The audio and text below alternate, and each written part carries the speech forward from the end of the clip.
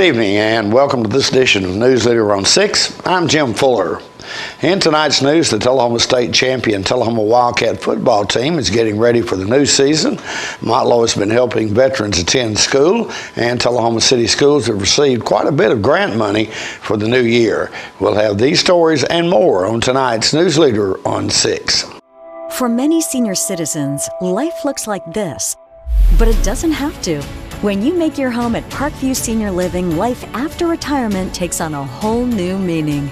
Daily exercise options, fun outings, happy hour, game nights, movies and popcorn, arts and crafts, enjoying friends over chef-prepared meals. Parkview Senior Living, where you're always home, but you're never home alone. Welcome back. The state champion Tullahoma Wildcats go on the field to defend their title starting August the 18th. News Leader's John Gray sat down with new head coach Coy Sist to talk about what fans should expect. That is a Tullahoma High School state championship ring. Sir, congratulations. Thank you, John. You and the staff and the fans and the city and the school system and the quarterback club and everybody is to be celebrated for this. The whole town celebrated wildly. And now you, young man, have been chosen to follow that act. Although you were a very big part of that act. Yes, sir. But how are things going, Coach? How you feeling? Things are going great. Hey, it's great to be back at football practice, back with the young men. Things are going real good here in Tullahoma. A lot of activity and a lot of guys out. And one girl. We have one female on the team, Miss Haley Probola. She's going to kick for us this year. Outstanding young lady. And went through the month of June and July. And, hey, she worked her tail off, and we're real proud to have her. You know what? When my son played about 20 years ago was the last undefeated season that Tullahoma High School had until the last 2 years. Yes, sir. We got beat by a girl field goal kicker in the first round of the playoffs, undefeated, and got beat by a female field goal kicker. So, with that said, bless her. I hope she gets the respect she deserves from her teammates. I'm sure she will. Oh, absolutely. And I hope she can kick everyone straight and true. Exactly. Because we have found out through the last several years how important a kicking game is in high school football. No, absolutely. It's extremely important. And we've been fortunate to have some good kickers. Well, and she has a gigantic surrounding cast also. We do have another Chadwick that kicks also. So, hey, Grant leads that charge. Yeah. So, but, hey, what a great one to practice with. Oh, heavens, yes. Because Justice has been back this summer. And, hey, he's down there working with them also. And Coach Holliday does an amazing job with our kicking game. He and Coach Goodman. How's your team looking, Coach? Looking good. We're right on track. As of right now, John, we've got 6 seniors coming back. So that's not a very big number. Lost, 18? 22. 22, graduated 22, and 22 guys that contributed heavily. Every day. Yes. So in losing those guys, that's part of it, but 6 guys coming back, and those 6 guys have worked really hard and stepped up and become leaders. So primarily our team's juniors and sophomores, and we're relying on them. Strength and conditioning wise, they're right on track. And we want to remind you folks out there that this will be the inaugural year of the Coy Sisk. I keep wanting to put an R in there. That's all right. Reason. It's all right. Coy Sisk 5th quarter show, and that we did just like Coach Olive, and we'll be in here on Saturday morning, and we'll go play by play. Hey, can't wait. And listen to and watch the game and get the coach's reaction and actions to it. And just know, Coach, congratulations. They couldn't have picked a better guy. And be sure to tune in to the Coy Co-Assist fifth quarter show starting Saturday, August the 20th at 9 a.m. for the breakdown of the first game of the season. Sponsorships are still available for a mere $600 to have your ad run for the entire season. The fifth quarter airs right here on Charter Spectrum Channel 193, LightTube, and on our Facebook and YouTube pages. Contact John Gray to be part of the winning team at 931-581-5238. We'll be right back after these messages. MacArthur Manor Assisted Living is passionate about creating better experiences for our Manchester seniors. Our residents describe us in a few words. Welcoming. When you walk through the doors at MacArthur Manor, we'll treat you like family. Caring. Through high standards of personalized care, we help residents live life to its fullest. Engaging. With a wide range of life-enriching activities, there is something for everyone at MacArthur Manor. With our residents and staff now vaccinated, call us today to schedule your safe and personalized tour. Welcome back. Motlow State Community College was recently recognized as a VETS campus according to the Tennessee Higher Education Commission and pursuant to the Tennessee Veterans Education Transition Support, or VETS Act.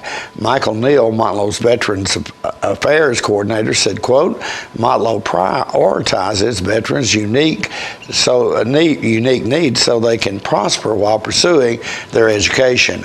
Receiving this certification means that we've created programs to support veterans during their transition from military service to college student and working professional, end quote.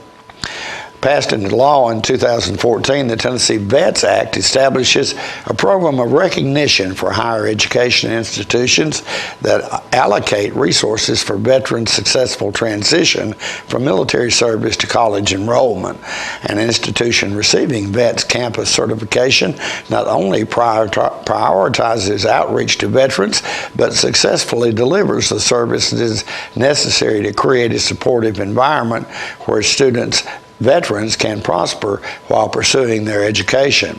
Motlow's Veterans Affairs Office helps assist veterans and eligible disabled veteran dependents with earning a high quality education. The college also ensures that veterans receive credit for their military service and training based on recommendations from the American Council on Education and the Community College of the Air Force.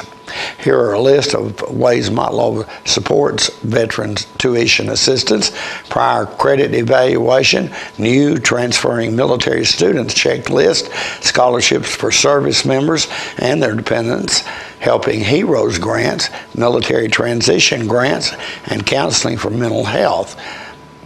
Neal added, quote, Motlow offers numerous ways to support our veteran students. Information about military culture is provided to staff and faculty.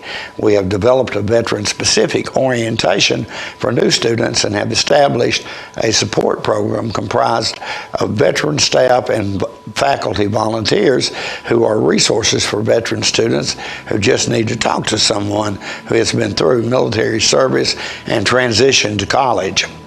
Additionally, after reviewing length of service and evaluating military transcripts, we award college credits to service members for prior learning, which can significantly reduce the amount of time needed to complete their degrees, end quote. To qualify for the VETS campus designation, institutions must conduct an annual campus survey of students who are veterans to identify the views, needs, issues, and suggestions of veterans, provide information to faculty and staff about military and veterans culture, including combat-related mental or physical disabilities or other challenges, administer orientation programs for students who are veterans, facilitate mentoring and support programs for students who are veterans, develop outreach and communication strategies for military bases located near the campus for the purpose of assessing veterans' educational goals and meeting their identified needs, create and maintain a process for the assessment of prior learning that grants academic credit to veterans for transferable training and experience, attained through military service, and also to provide on the campus website information on availability of prior learning assessment and potential program credit for skills, training, or education obtained during military service. We congratulate Motlow on earning the VETS designation. LaVoyd Baltimore's superintendent at Elk River Public Utility and Randall Barker with Duck River Utility Commission recently spoke at the mayor's quarterly planning and coordinating committee meeting about expansions and water availability. I'm sure you're all aware that there's many new subdivisions popping up in the city, in the county, and we've been hard at work to doing engineering and preparation and upgrades to serve these new subdivisions. One thing that we're really excited about is this month we're on track to do close to 50 new hookups, and that's kind of unusual to do that many in 1 month. But we're also on track to do more new hookups than we've done in the last 20 years for the year. So we're very excited about that. So thank you. I'm Randall Breaker with the Duck River Utility Commission. As you know, we supply the water to Tullahoma. The lake's in good shape. You might say drought, but you know, we're actually, at the end of June, we were ahead of normal for rainfall for the year, which is great because we had a lot of rain in the spring. It filled the lake up. So I always say it's like your cell phone. Don't forget to charge that. So every year we have to charge up the lake. We have to fill it up so we're ready for the year. We can use water throughout the year without worrying about it, and hopefully supply the downstream needs as well.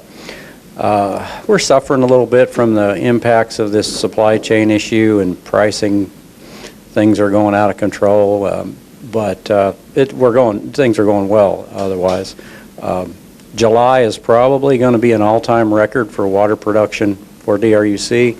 We'll probably hit about 215 million gallons in the month of July, which is a lot of water. But we're growing. Everybody's growing. A lot of new subdivisions, all that kind of thing going on. We'd sure like to see something put in that mega site out there so we could pump some water to that. But power bill's a little bit out of control, and chemical prices have gone up 400%. So the next year we might have to raise the price, but we'll see. We're a cost operation, so we operate at cost.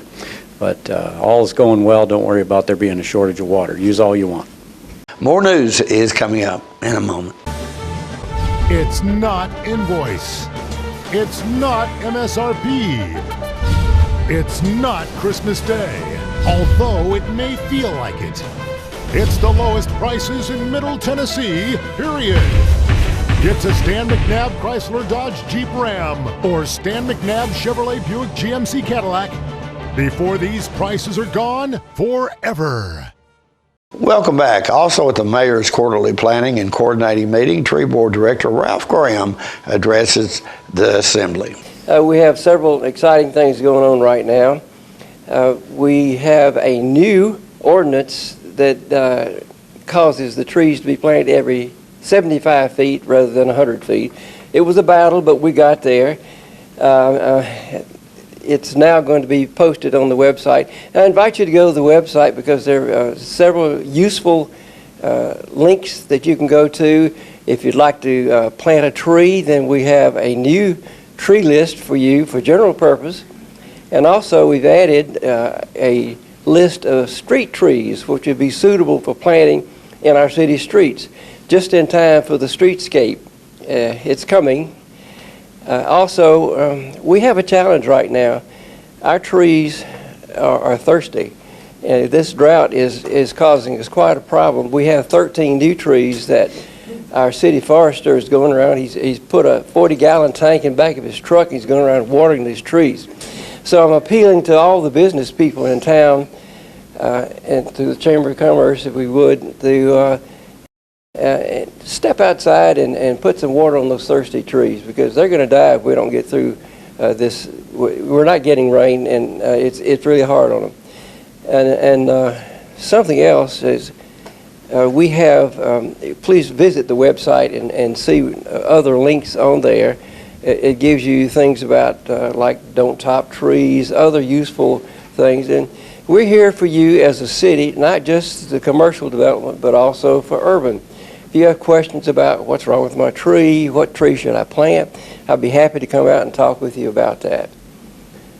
I'd like to announce, maybe Dave wouldn't mind this, but our city forester is studying to become an arborist, a certified arborist. And this city will now have a recognized arborist to go around and manage our forest. And I'm so proud of him for doing that. During the summer months, Tullahoma City Schools received exciting news as it learned that the Tullahoma Educational Foundation for Excellence had approved several grant requests totaling $79,999.02 for Tullahoma City Schools. TCS Director of Schools, Dr. Katrine Stevens, said, quote, "I am so thankful for the Tullahoma Educational Foundation for Excellence. This foundation continues to prove yearly the commitment to ensuring that all students and staff members flourish. These grants go a long way to providing our students and staff members with a plethora of new educational opportunities. From the bottom of my heart, I cannot thank the foundation enough for their work toward making these grants possible," end quote. Bel Air Elementary School received $27,950, which will go toward Boxlight interactive panels. Grant author Jordan Dilley stated that the goal is to replace all of the interactive whiteboards in each classroom at the elementary school. With the grant approval, Bel Air can purchase 10 Boxlight interactive panels for Bel Air, Dilley said, end quote. With these devices up to 10 students will be able to participate interactively during our lessons. I am so thankful to be able to give equal access to interactive learning to all students in our school building. Thank you to the Tullahoma Educational Foundation for Excellence for making this dream a reality, end quote. Tullahoma Virtual Academy received $15,000 for its mobile coffee shop, with the grant TV and the Career Technical Education Department at Tullahoma High School plan to join forces in developing a school-based enterprise project, a student-operated mobile coffee shop, business marketing, digital arts, and broadcast media students will begin developing the business model. Additionally, they will learn about the applicable regulations and codes, naming the businesses, designing and creating logos for the trailer marketing material to advertise the business, and also opening and running the business. Tullahoma High School saw 3 grant proposals approved for a total of $16,246.80. The most significant sum went to the Visual Arts Department at the high school for a grant titled Back to the Drawing Board. In the proposal, author Kelly Orr noted that she wants to help prepare the visual arts program for the art and design workforce. The eSport lab at Tullahoma High School was the recipient of $3,227 from the latest grant. With the funds, the eSports Club is committed to purchasing LED lights and lamps, gaming consoles, and controllers for students to compete. Additionally, the grant funds will go toward purchasing 20 gaming headphones. Tullahoma High School also received $1,150 for Change Mindsets and Behavior grants. The funds will be used to purchase the Behavior Flip program and headphones for students in the alternate learning program. The program aims to develop a positive learning culture and support students with interventions and restorative practices. The program will help students and staff in making these changes and continuing with success. Little Cats Learning Academy received $5,738.50 from 2 approved grants. The daycare will use $3,085.50 for professional development of staff members.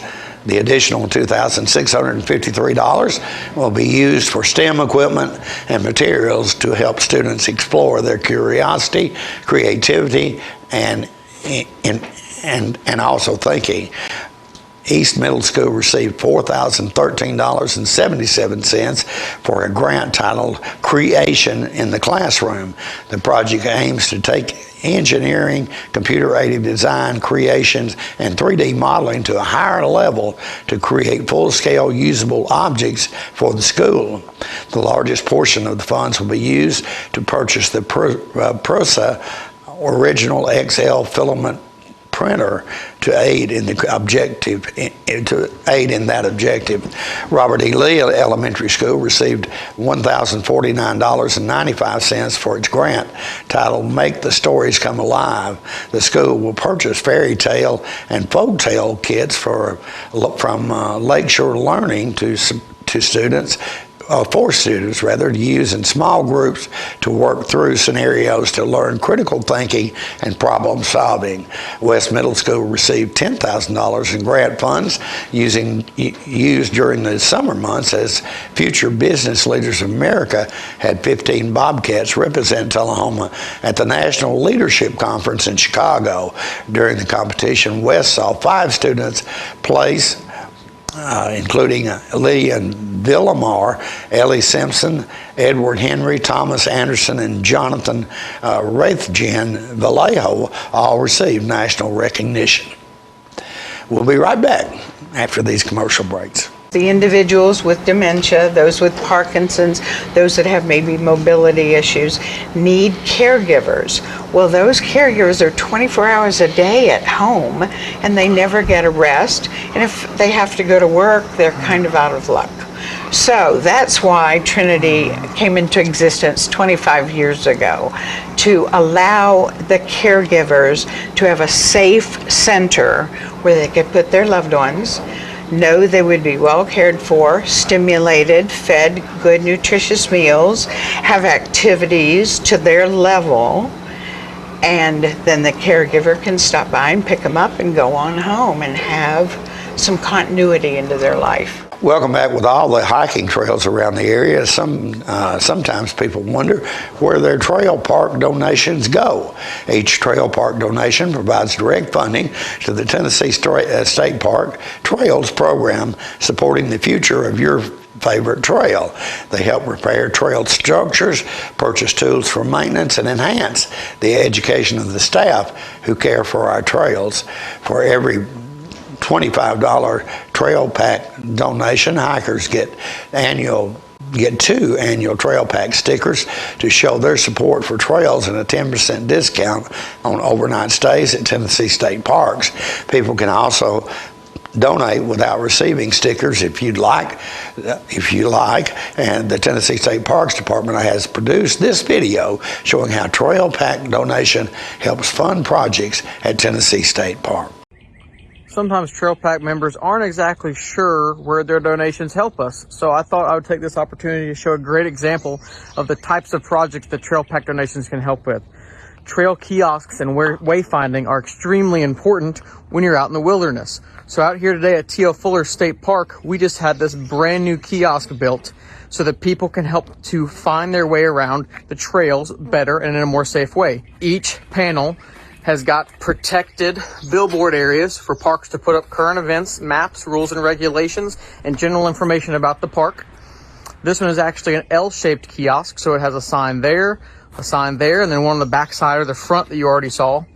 Each box also has 2 built-in compartments on the front that is able to hold takeable information for our guests, such as park maps, rules and regulations, important information, and maybe even informational brochures about the area they're exploring that day. Projects like this are really important for state parks, but they can be very expensive. So Trail Pack donations can help build projects just like this at your local state park. Isaiah 117 House, a Tennessee-based organization that cares for children awaiting foster placement, will soon cut the ribbon and officially open their Coffee, Franklin, and Grundy County house Wednesday, August the 10th at 2 p.m. The nonprofit will host an official open house. A rather official ribbon cutting. The event will officially open the Isaiah 117 House for Coffee, Franklin, and Grundy counties and will feature several local speakers as well as Isaiah 117 House officials, all who have supported or partnered with Isaiah 117 House, Coffee, Franklin, and Grundy County are welcome to attend. For more information, you can visit them on facebook.com/Isaiah 117 Coffee, Franklin, Grundy, or contact Susan Johnson at 931-570-2002 to locate information. Rhonda Paulson, founder and executive director of Isaiah 117 House, said, quote, "We are so grateful to this community for their support and for helping make this dream become a reality for Coffee, Franklin, and Grundy. We encourage everyone, whether you have been in prayer, worked on this project, or have given financially, to be part of this exciting day. This house will change the story for children who are awaiting foster placement in Coffee, Franklin, and Grundy counties." Isaiah 117 House is a 501c nonprofit organization that provides physical and emotional support and a safe and loving home for children awaiting foster care placement. Currently, when a child is removed in a county without an Isaiah 117 house, the child must wait in the Child Welfare Service office. The child is often dirty, hungry, tired, scared, and unable to bring any personal possessions. Isaiah 117 House allows for that same child to never go to an office, but rather a home with loving volunteers to care for them. Isaiah 117 House provides for that child's needs, whatever they may be, in these critical moments between removal and placement. Isaiah 117 House has locations in Tennessee, Indiana, Georgia, Florida, Texas, and Virginia. To learn more about 117 House, visit them at www.isaiah117house.com. Stay with us. Your weather forecast is coming up next. My wife Jackie has always been the life of the party, but things changed when she couldn't be as active anymore. They told me I needed a double knee replacement. It's not as big a deal as it used to be, but she still needed to go to rehab. I was amazed at how good the therapists were at Life Care. They took really good care of me. They took excellent care of her. And now she's back doing the things she loves, and that makes everyone happy. Life Care Center of Tullahoma wants you to get active and live well. Welcome back. We'll take a look at your weather forecast at this time, starting with your weather history on this day. Our record high was in 1947 at 98 degrees. The record low was in 1907 at 51 degrees. Average high on this day is 88, and the average low is 68. Mostly cloudy weather expected tonight with a low of 72. 30% chance of storms in the forecast for Friday with a high of 88 and a low of 70. That chance of storms drops to 50% on Saturday with a high of 89 and a low of 71. And that's our newsletter report for this evening. We invite you to join us each Tuesday, Thursday, and Saturday at 6, 8, and 10 for News Leader on 6. You have a good evening.